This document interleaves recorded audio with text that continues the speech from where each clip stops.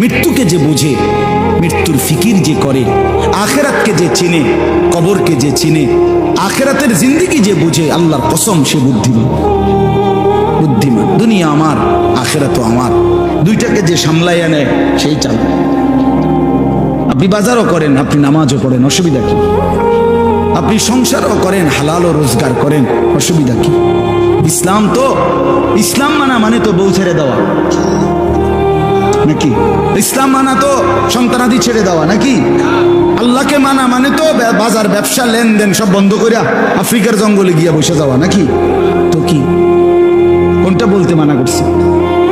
কিছুই তো নিষেধ করে নাই, শুধু আল্লাহকে ভুলতে নিষেধ করছে, আল্লাহর হুকুম ভুলতে নিষেধ করছে, আখেরাত ভুলতে নিষেধ করছে। আল্লাহ বলছে বান্দা দুনিয়া নাও, দুনিয়া কামাই করতে হালাল। কেউ যদি অজস্র কোটি টাকারও মালিক হয়, এটা তো দোষের না।